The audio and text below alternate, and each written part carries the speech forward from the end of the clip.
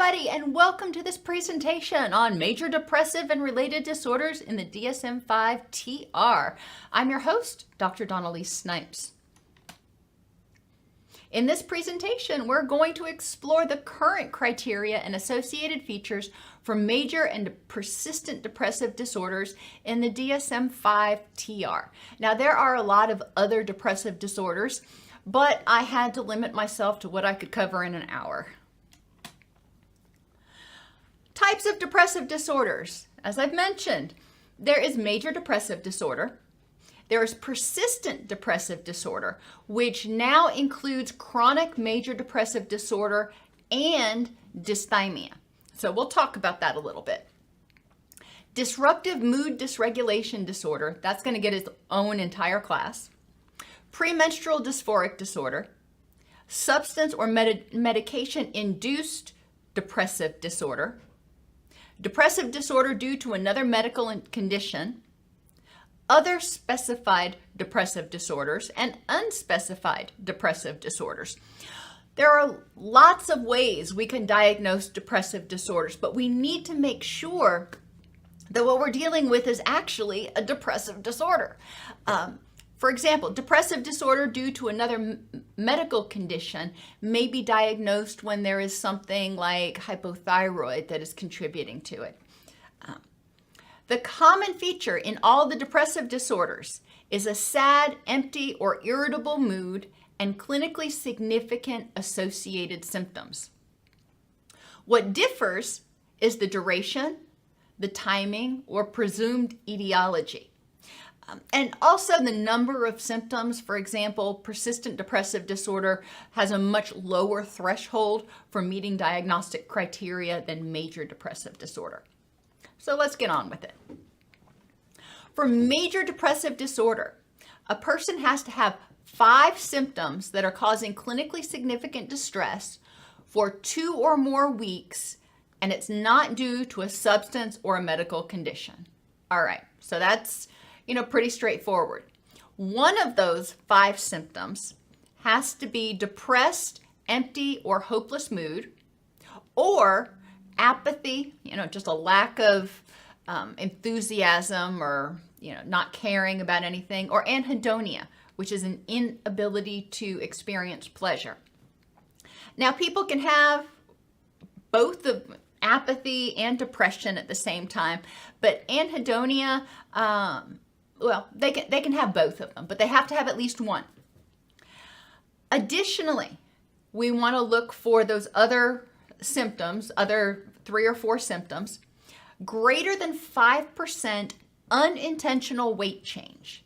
Now, that means not due to dieting, that means not due to a growth spurt. We also want to rule out, it's not due to having an illness like the flu or other illnesses that might cause weight loss. Sleep changes. This can be sleeping more or sleeping less.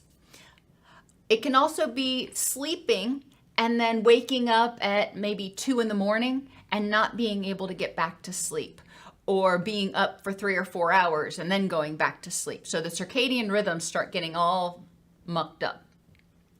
Psychomotor agitation or slowing, that it's observable by others.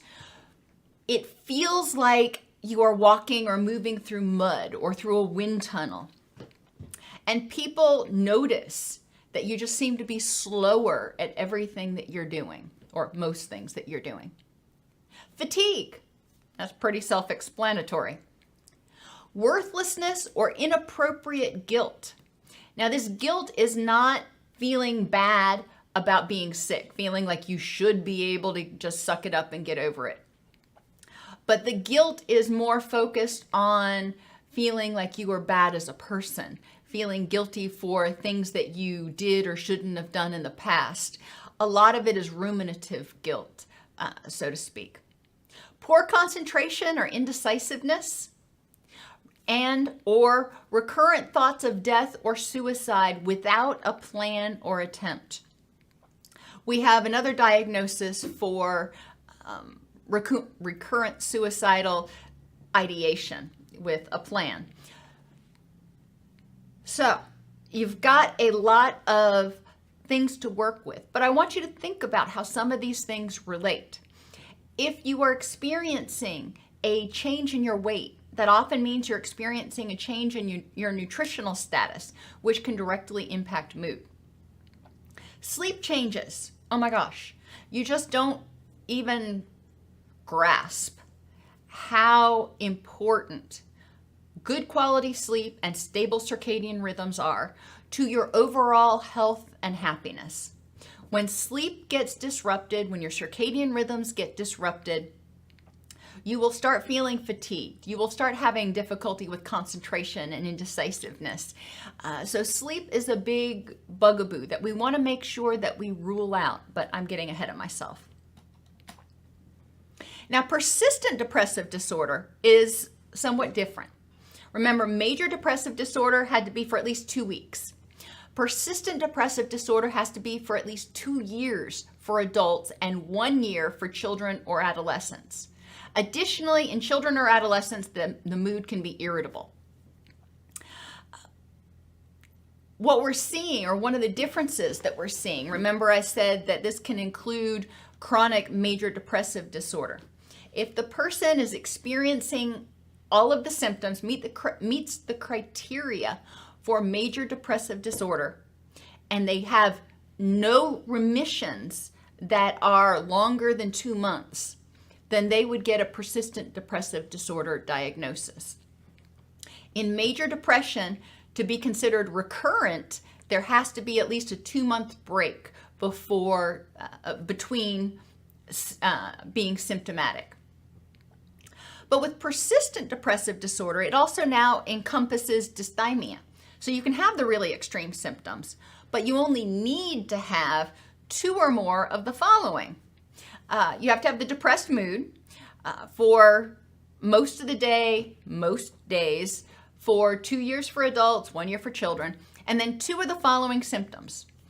Appetite changes, eating more, eating less. Sleep changes, sleeping more, sleeping less. Circadian rhythm disruptions. Low energy, low self-esteem, which is kind of akin to the guilt in major depressive disorder, but they call it low self-esteem in PDD. Poor concentration, or a sense of hopelessness. My experience has been there are a lot of people who meet the criteria for persistent depressive disorder. What we need to recognize is, number one, the duration has to be ongoing, and it has to be causing clinically significant distress. So that's your key phrase here, because all of the things in the DSM are symptoms that people experience. Most of the things are symptoms people experience occasionally, and it's on a continuum. You know, you will experience depression occasionally. You will experience anxiety occasionally. But is it of sufficient severity and duration that it causes clinically significant distress? All right. So we've got major depressive disorder there. We've got persistent depressive disorder. And then we have disruptive mood dysregulation disorder. And yes, it is going to have its own video, but it's important enough to put in here for the rule out reasons. Disruptive mood dysregulation disorder is only going to be diagnosed in a child that is between 6 and 18 with an onset before the age of 10. So the onset of these symptoms has to be between 6 and 10. However, the diagnosis can be made up to age 18. Now on page 178, it says it applies only for children up to 12 years old. That's a typo. It used to say up to 12 years old, but in the DSM-5 TR, they changed it to 18 years old. The hallmark of disruptive mood dysregulation disorder is persistent irritability. It's not just during the course of a depressive episode. It's just ongoing, persistent irritability. Disproportionate recurrent temper outbursts inconsistent with developmental level that happen at least 3 times every week in at least 2 different settings for at least 12 months with no remission greater than 3 months. So the child may be having these outbursts at home and at school for at least 12 months, at least 3 times a week. So that's a lot of outbursts that the child is demonstrating.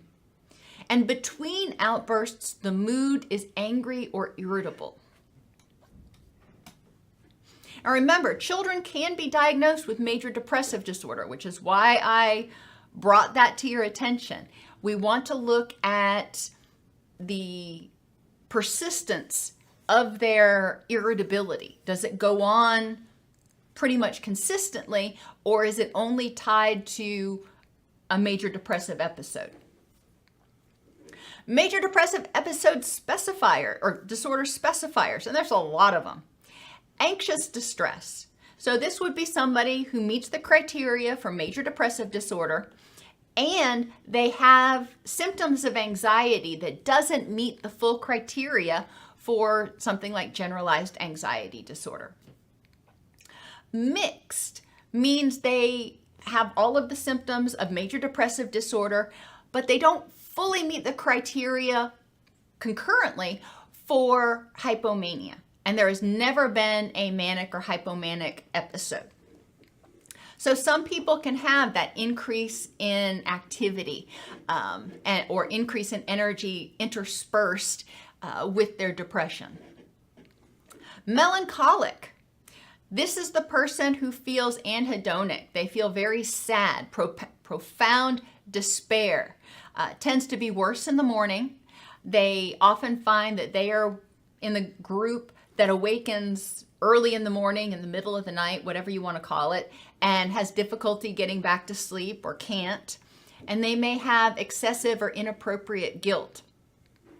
Melancholic specifier also indicates a greater severity of major depression. This is, on the far end of the major depression mood scale, if you will.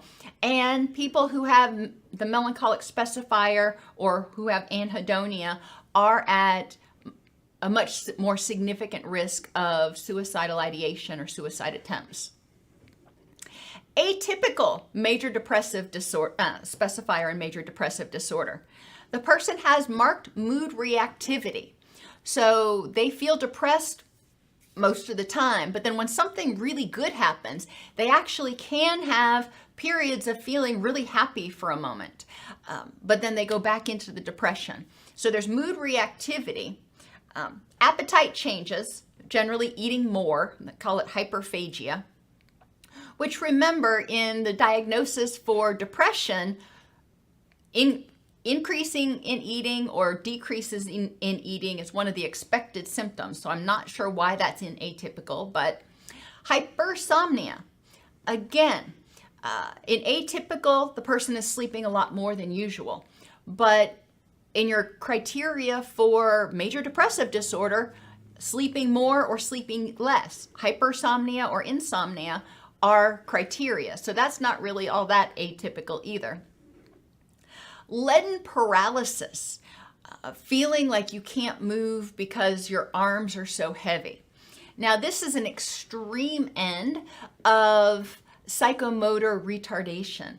A lot of times when people are experiencing depression, my clinical experience and even personal experience is that it feels, like I said, like you're either trying to move through mud or you're walking into a wind tunnel, and it takes 10 times more effort to do everything. Your limbs do feel heavier. And the unique aspect of it is persistent interpersonal rejection sensitivity. Now, that is an atypical feature that is worth noting. This would obviously point to some abandonment issues, potentially some attachment issues. But if you see this persistent interpersonal rejection sensitivity, you're also going to want to make sure that you're ruling out cluster B personality disorders, specifically borderline personality, as well as, some of your other disorders. But interpersonal rejection sensitivity is very common in people, especially people with cluster B disorders. Mood congruent psychotic features. And this is, again, a specifier. So somebody meets all the criteria for MDD, and they're also having psychotic symptoms that fit with their current mood. Their psychotic features are congruent with feeling depressed or angry or hopeless. Mood incongruent psychotic features are completely unrelated to their mood. They're not depressed in nature. They're not sad. They're not gloomy. They can be something else. Catatonia is another specifier, and this is obviously very obvious if somebody is presenting with major depressive disorder with catatonia. They are catatonic. I don't know a better way to explain that one, which is why I didn't. Now, peripartum onset may be more common after the first child, and if somebody develops postpartum depression or peripartum depression, they do have an increased risk for having it again after or after future pregnancies. One of the things that it does note in the book is to rule out thyroid issues. It's just this little fleeting line in the text. But it is important to recognize that thyroid dysfunction is relatively common in people after they give birth. And seasonal. Seasonal specifier applies to people who develop major depressive disorders as a result of the seasons, obviously. Interestingly, the prevalence increases with higher latitudes. So those that are in lower latitudes don't have as much seasonal affective disorder. And younger people are also at a higher risk for winter depressive episodes. Now you're going to learn some interesting things about seasons and depression and suicide when we get down to that area. The course of major depression. Recurrent major depressive episodes requires a 2-month or greater remission between episodes. Otherwise, it'll be categorized under persistent depressive disorder. It's also important to recognize that bipolar is more common when the onset of the first depressive episode is in adolescence, or if the depressive episode has psychotic features, or in somebody with a family history of bipolar disorder. Now, why are we making that so painfully verbose? Because the treatment for bipolar depression is going to be different, especially pharmacologically, than the treatment for unipolar depression. Additionally, it's important to be aware of the triggers for the different things and not miss, for example, a hypomanic episode. The chronicity of depressive symptoms substantially increases the likelihood of underlying personality, anxiety, and substance use disorders, and decreases the likelihood that treatment will be followed by a full symptom resolution, DSM-5-TR. How horribly depressing is that statement? And I would challenge you to think about the person in the environment, in context. What else is going on?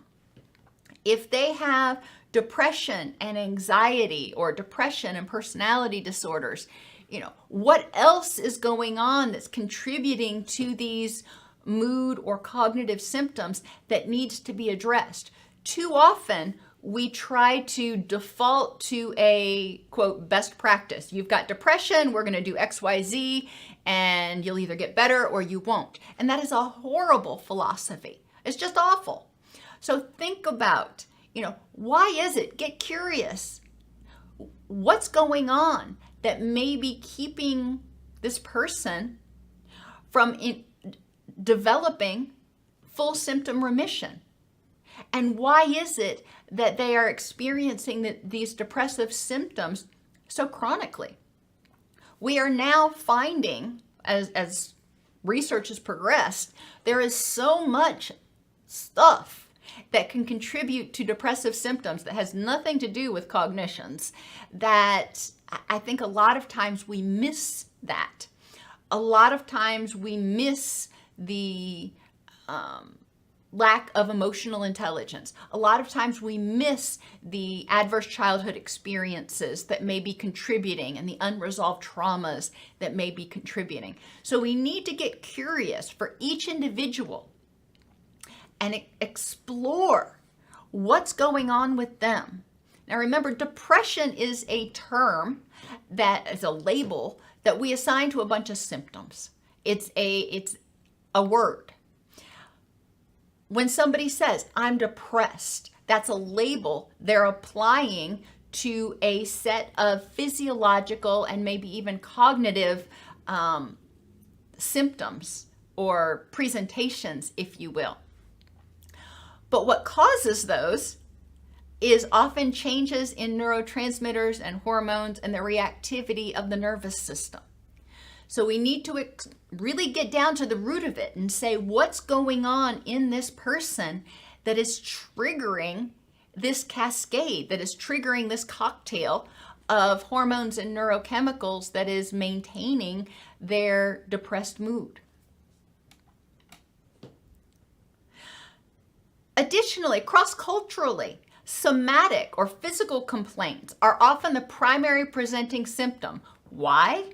Because in many cultures, mental health issues are not looked upon favorably. Going to counseling is not seen as something in vogue. It's seen as something shameful. And I wish that weren't the case, but in many cultures it is. So when people present, they often present to their primary care physician instead of a counselor, and they present with symptoms of fatigue, sleep changes, or body aches and pains. Now that kind of sounds like the flu or a cold or a variety of other things. So it may get missed in primary care. And it's important to listen if somebody presents to you. If they are talking, even a friend, if they're talking about fatigue and sleep changes and body aches and pains, just put it out there that those are also symptoms of depression and can be caused when neurotransmitters like serotonin get out of whack. Mood presentation may also focus on increased irritability. So not everybody who's depressed presents as sullen and quiet. They may present as being more irritable and tearful and easily upset. Associated features. I love the associated features. MRIs show abnormalities in brain areas for emotion processing, reward seeking, and emotion regulation in people with major depression. Their brains are working differently. So that is part of where the dysfunction may be happening, but we got to figure out why. Why is their brain wired differently? Why is it working differently? And was it rewired because of trauma in childhood or because of trauma or chronic stress in present life? It happens. Chronic stress, CPTSD, we know it causes structural changes in the brain. It doesn't mean that the brain can't relearn or learn new pathways. HPA axis dysregulation. This actually made the DSM-5 TR. I was so thrilled to see HPA axis mentioned, the hypothalamic pituitary adrenal axis, which is our stress response system, tends to be dysregulated in people with major depression.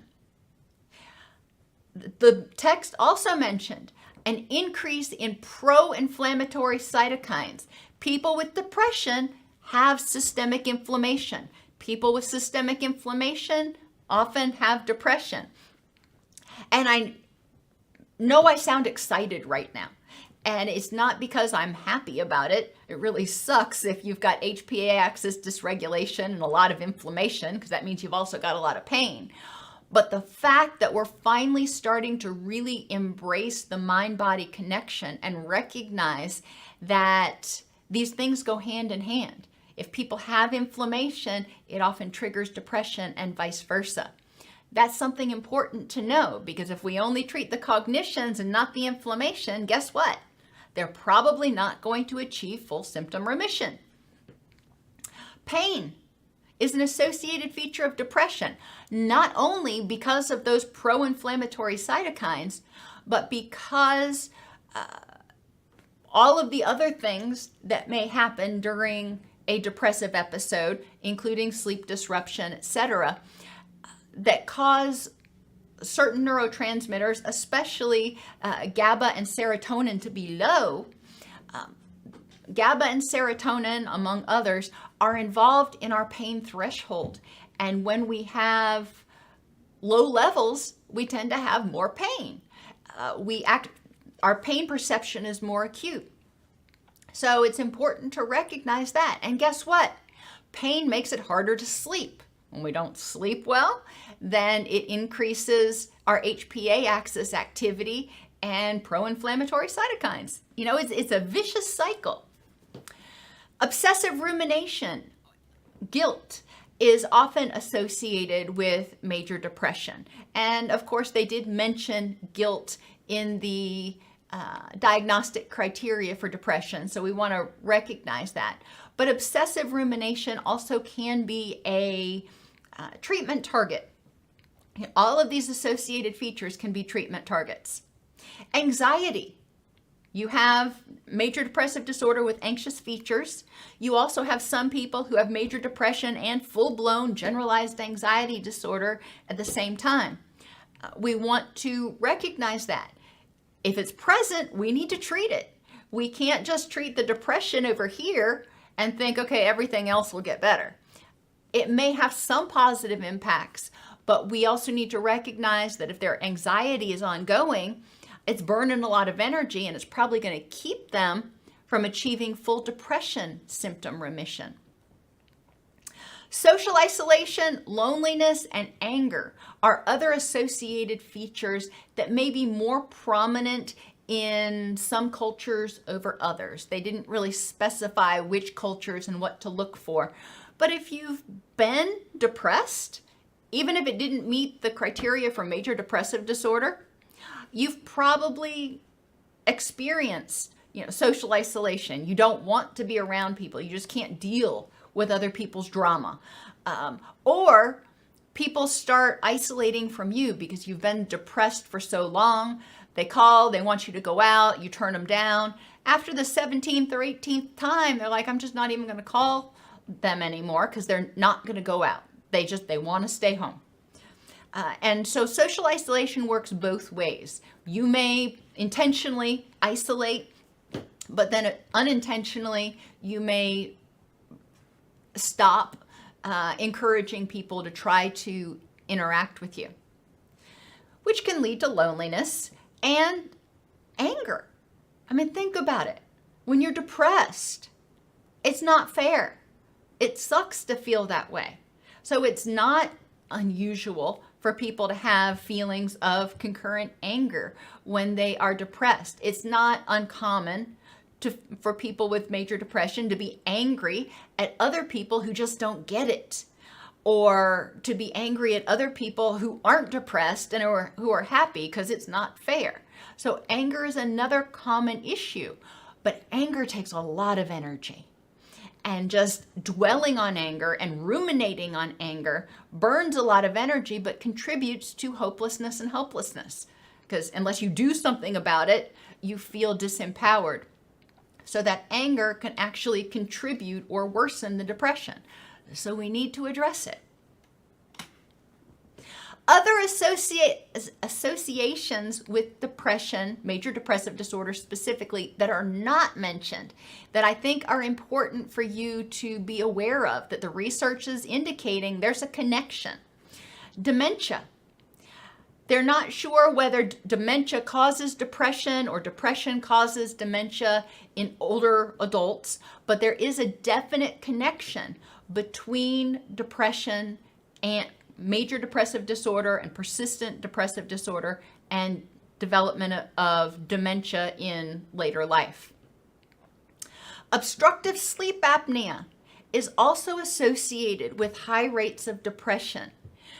When people have obstructive sleep apnea, they're not getting quality sleep, which is, automatically pushing them down the road to some sort of a mood disorder, most likely depression, because they're going to be tired. They're going to wake up and not feel refreshed. They're not clearing out the adenosine that they need to, so they're going to have a hard time concentrating. But there is a very high correlation or association between obstructive sleep apnea and depression. Nutritional deficiencies. Now, chicken or egg here, we don't know. But there is evidence that certain nutritional deficiencies do contribute to inflammation and do contribute or are associated with the development of depression. Likewise, we know that in a certain portion of individuals with depression, there are going to be alterations in eating habits. Even if they're not over or under eating, there's often a gravitation towards high fat, high carbohydrate foods, which by their very nature prompt the release of dopamine, endorphins, and serotonin. Another interesting thing is the gut microbiome. And we're really just starting to understand it. But they have seen associations between microbiome dysbiosis, or an upset gut microbiome, an imbalanced gut microbiome, and the development of mood disorders like depression and anxiety. They've also seen that people who are on persistent antibiotics or frequent antibiotics tend to have a disrupted gut microbiome and tend to have mood issues as well as other physiological issues. And they're also starting to find that, or some studies have found, that people with depression tend to have what is, generally called leaky gut. Their intestines are more permeable than those without depression. So people with depression, oftentimes some of the toxins that are developed in their intestines actually can permeate through the intestines into the bloodstream, and then that causes inflammation. So there's a bidirectional nature here. They know that as serotonin goes down, as depression develops, they've shown that the gut tends to become leakier or more permeable. And they've also shown that people with leaky gut tend to develop inflammation, which also develops depression. So it can go both ways, which is interesting, kind of cool. Obviously, that for most of us who are counselors, that's out of our lane. But if you suspect somebody has some nutritional deficiencies or a disrupted microbiome or leaky gut, which they probably do, a referral to a registered dietitian can be helpful. Another interesting association is low testosterone in men. Low testosterone in people who are biologically male can contribute to a whole host of symptoms, including depressed mood. All right, so that's not really earth-shattering news. What is interesting, though, is there haven't been any studies that I could find that demonstrated that testosterone replacement therapy actually consistently improved depressive symptoms. Now, in some people it did, but repeated studies and meta-analyses that I read indicated that testosterone replacement therapy is associated with an improved quality of life score, but not associated with improved mood. So I thought that was interesting. Circadian rhythm disruption is also researched quite extensively and associated with the development of mood disorders, particularly depression, in people of all ages. We do want to rule out circadian rhythm disruption. Maybe it's a new baby in the house or a new puppy in the house or something that is keeping the person up. Now, a puppy probably wouldn't persist for long enough to cause major depressive disorder, but you kind of get my point. If circadian rhythm disruption is something that is causing the person from getting adequate quality sleep, clinical rotations, being on call, whatever it is, those can all contribute to sleep changes, HPA axis dysregulation, and depression.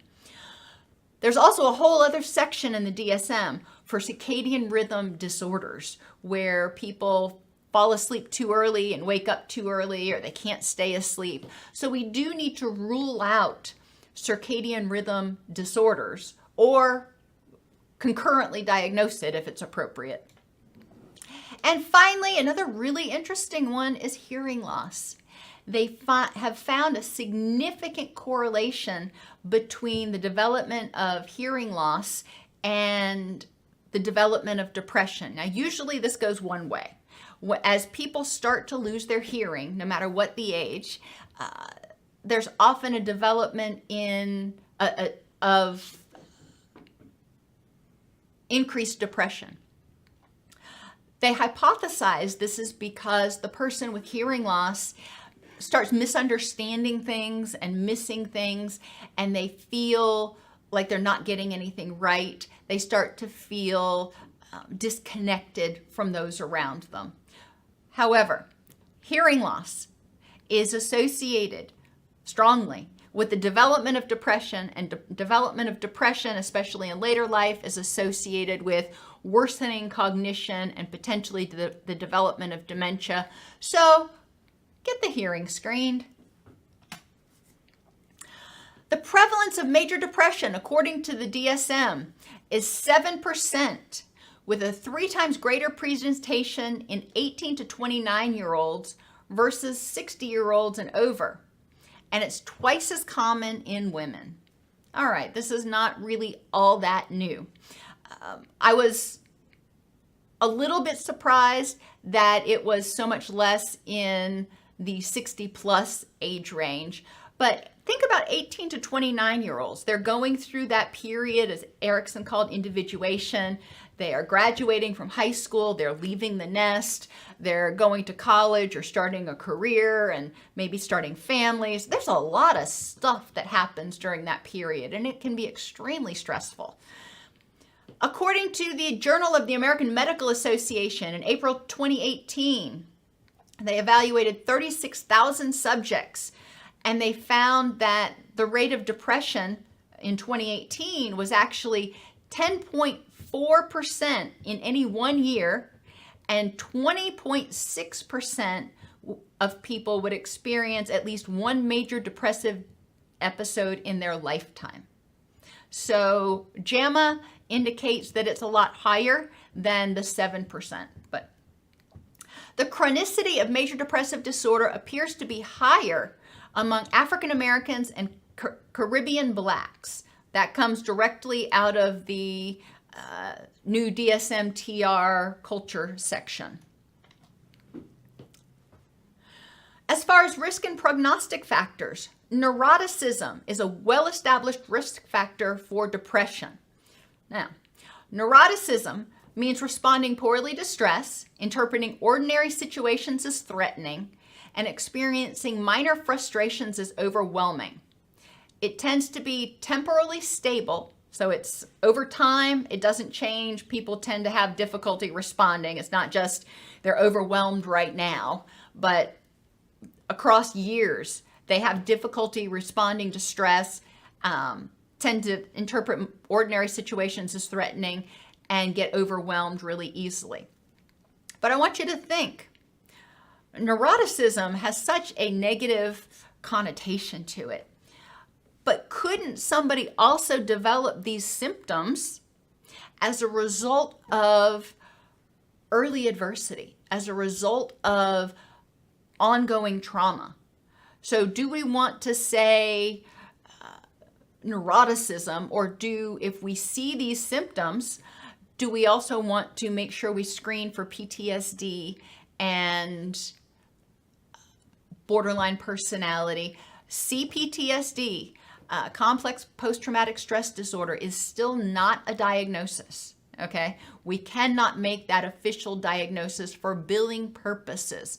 However, a lot of people have started to use that just in layman's terms.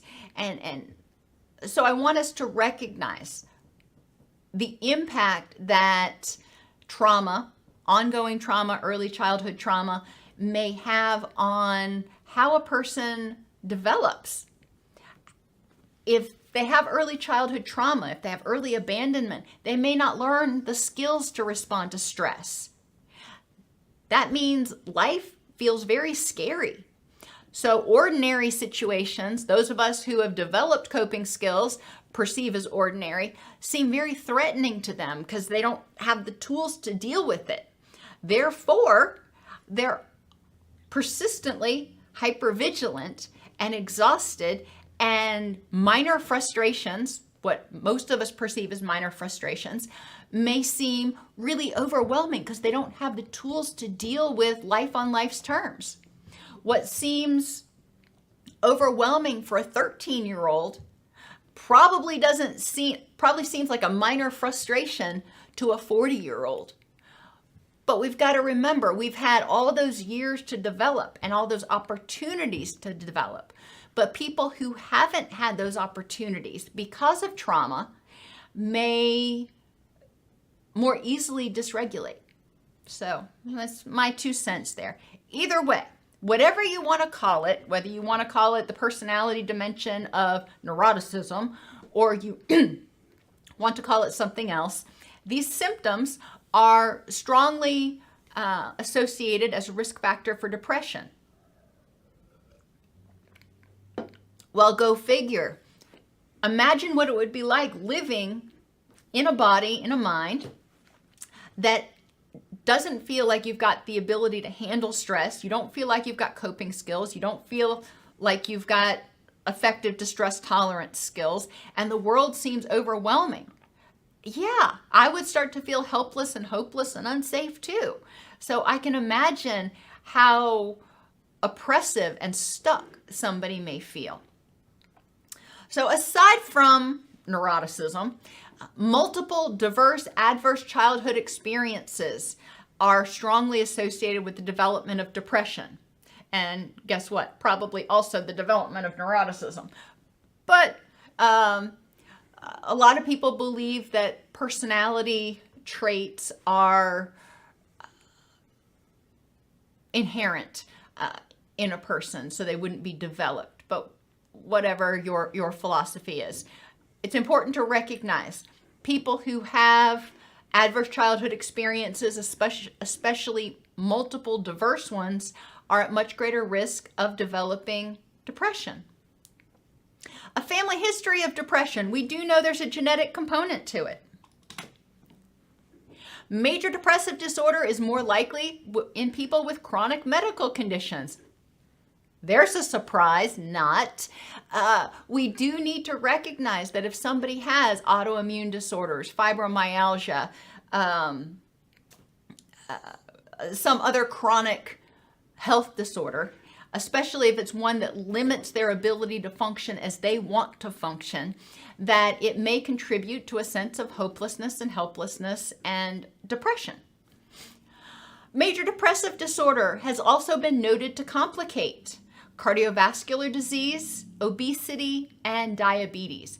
People with depression have more difficulty regulating their blood sugar levels. In terms of sex and gender-related features, women tend to have more gastrointestinal symptoms, changes in appetite, and changes in sleep. Men, now, and this is according to the DSM, I personally don't like categorizing things by biological gender. However, according to the DSM, men have more maladaptive coping, including substance misuse and risk-taking. I would encourage you to also think about other addictive behaviors like sex addiction, porn addiction, or even, quote, workaholism. Some men, when they're depressed, they throw themselves into their work. So all they have to do is think about work. They don't have to feel anything. And poor impulse control is associated more with people who are biologically male than biologically female, according to the DSM. Now, in terms of the risk for suicide, the prevalence of suicide, 14.2 people per 100,000 died by suicide in a given year, I guess. The DSM-5-TR, that's the statistic they use. According to the Journal of the American Medical Association, between 2014 and 2019, the suicide rate increased by 30% for Black individuals and 16% for Asian or Pacific Islander individuals.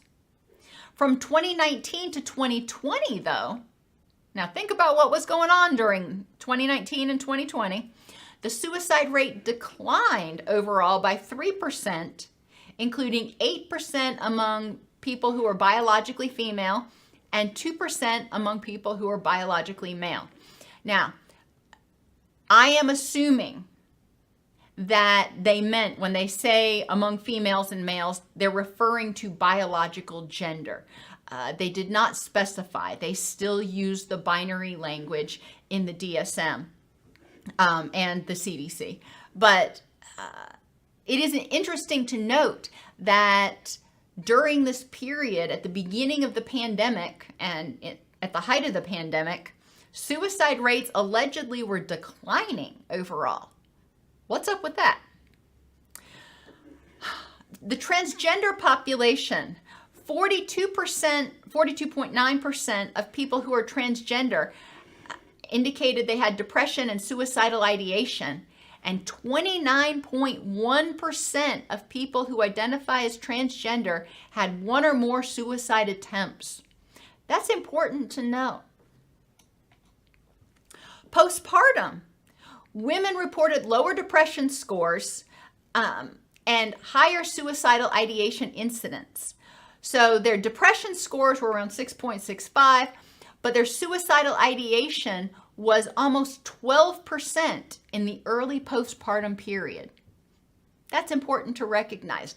The early postpartum period, and for some people, the peripartum, the month before delivery, there is a significant increase in the likelihood of major depression as well as suicidal ideation.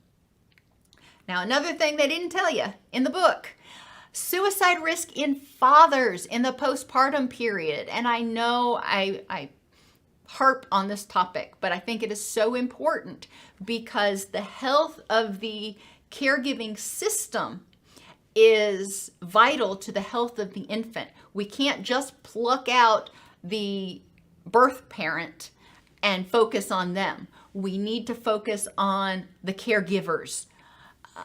So suicide risk in fathers in the postpartum period was 4.8%. Fathers with postpartum depression were 21% more likely to present suicide risk, and those with mixed episodes, so they had depression as well as symptoms of hypomania that didn't quite meet the criteria for a hypomanic episode, were 46 times more likely to present with suicide risk than those who did not suffer from any mood disorder. So suicidal ideation in fathers with postpartum depression, either simple postpartum depression or postpartum depression with mixed features, is significant. And we need to be aware of that because that is going to impact the health of the caregiving unit.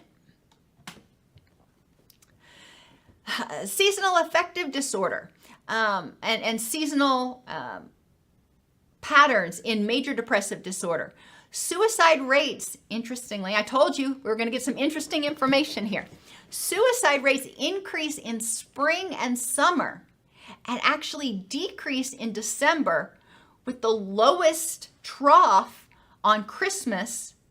They peak on New Year's Day and go back to the yearly average thereafter.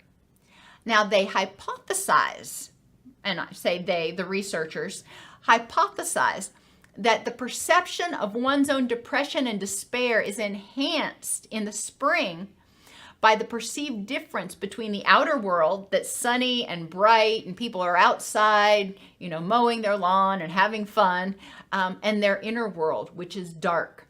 Whereas during the winter, even though there's less daylight hours and circadian rhythms get somewhat disrupted, the outside feels dark and dreary and the inside feels dark and dreary, so there's less dissonance there.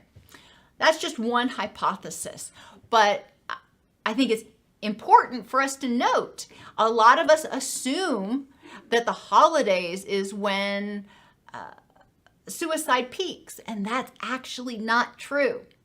Suicide rates actually increase in the spring and summer, so we need to be more cognizant of that.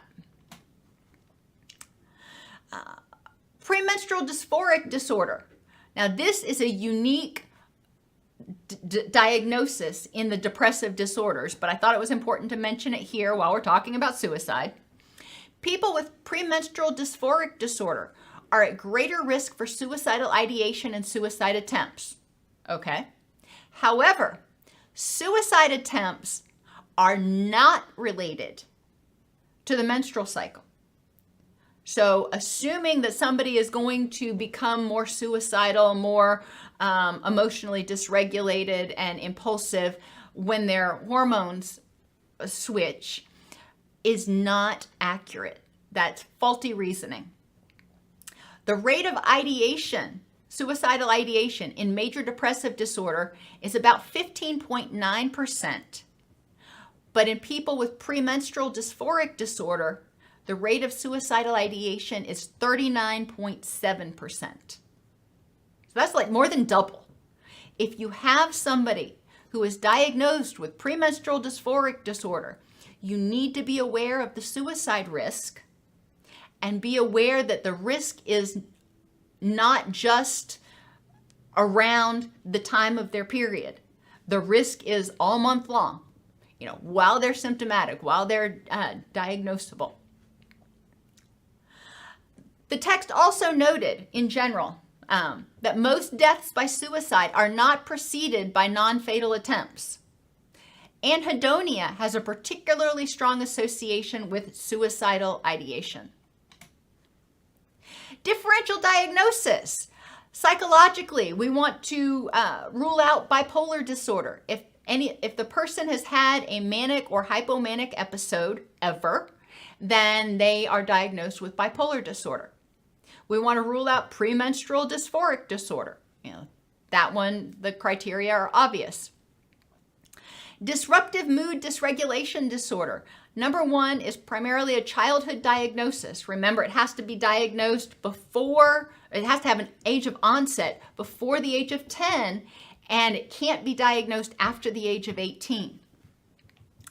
Additionally, in disruptive mood dysregulation disorder, the irritability and outbursts are not confined to a depressive episode. So a child with major depression may be irritable and have a lot of outbursts during a major depressive episode, and then have periods where they don't have irritability and outbursts. There's those remission periods. That's not true in disruptive mood dysregulation disorder. Schizoaffective. People with this diagnosis, psychotic features are present for 2 weeks without major depression. So they have these psychotic features outside of a major depressive disorder. Adjustment disorder is diagnosed if the person does not meet the full criteria for major depressive disorder or persistent depressive disorder. Bereavement is different from major depression because in bereavement, the primary feelings are of loss and emptiness versus depressed mood and anhedonia. And mood symptoms in bereavement often come in waves, or tsunamis, if you will, and are associated with reminders. In depression, it tends to be more constant. It's not this ebb in and out. Medically, and this is in the diagnostic features section, diabetes, cancer, pregnancy and postpartum, and thyroid issues also can cause depressive symptoms. So you want to differentially diagnose. Diabetes because of blood sugar levels, cancer because of the pain and fatigue, pregnancy and postpartum, again, because of fatigue and hormone fluctuations and overall presentation, and thyroid. If somebody has hypothyroid, they are going to have most of the symptoms or enough to be diagnosed with major depression. So we do want to make sure that we rule those out. Comorbidity, and I'm running short on time here, so I'm going to speed it up a little. We need to make sure that we recognize that major depression co-occurs. You can have multiple diagnoses. Major depression co-occurs with addiction, anxiety, PTSD, obsessive compulsive disorder, eating disorders, bipolar disorder, somatoform disorder, and bereavement. Other depressions that I mentioned that we're not going to cover today, but you need to be aware of if you're making a diagnosis. Again, disruptive mood dysregulation disorder, premenstrual dysphoric disorder, substance or medication-induced depressive disorder. If somebody is using depressants, it may cause depressive symptoms. If somebody is withdrawing from stimulants, they may experience depressive symptoms. Some medications that you take will have on the label that it may cause feelings of depression. It's important to be aware of what medications a person is taking, as well as what substances they may be using. Depressive disorder due to a medical condition. We talked about a whole bunch of medical conditions, but it's almost limitless. I can't remember exactly how the DSM said it, but there continues to be additions to the different types of medical conditions that can cause depression. So we do need to rule that out. Are all of these symptoms being caused by a medical condition or something else? And then you have other specified depression and unspecified depression. There are a variety of different ways that depression presents and different depressive disorders. Major depression, persistent depression, premenstrual dysphoric disorder, medication or substance-induced depression due to another medical condition, and disruptive mood dysregulation disorder. Additionally, depressive disorders are associated with a host of physiological changes, including changes in the microbiome. When people get depressed, when people get stressed, it alters their vagus nerve, sends out signals, it alters their microbiome. When their microbiome gets out of whack, it actually can contribute to depression. So it's a bidirectional problem. Inflammatory cytokines. Inflammation is strongly associated with depression, and depression is strongly associated with developing systemic inflammation. And nutritional deficiencies, just to name a few. And depressive disorders are also associated with a host of comorbid disorders. We need to make sure we're addressing the whole person. We're addressing all of the trauma, all of the personality issues, all of the mood issues, anything that's going on that's in our wheelhouse, but also that we're addressing the physiological issues that may be complicating or contributing to their presentation. I know that was a lot. Thank you for bearing with me, and I'll see you next time.